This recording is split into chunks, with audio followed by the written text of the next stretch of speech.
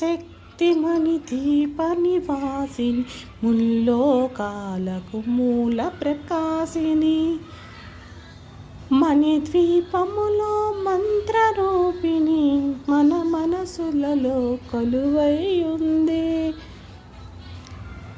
సుగంధ పుష్పాలెన్నో వేలు అనంత సుందర సువర్ణ పూలు అచంచలంబగు మనోసుఖాలు మణిద్వీపానికి మహానిధులు.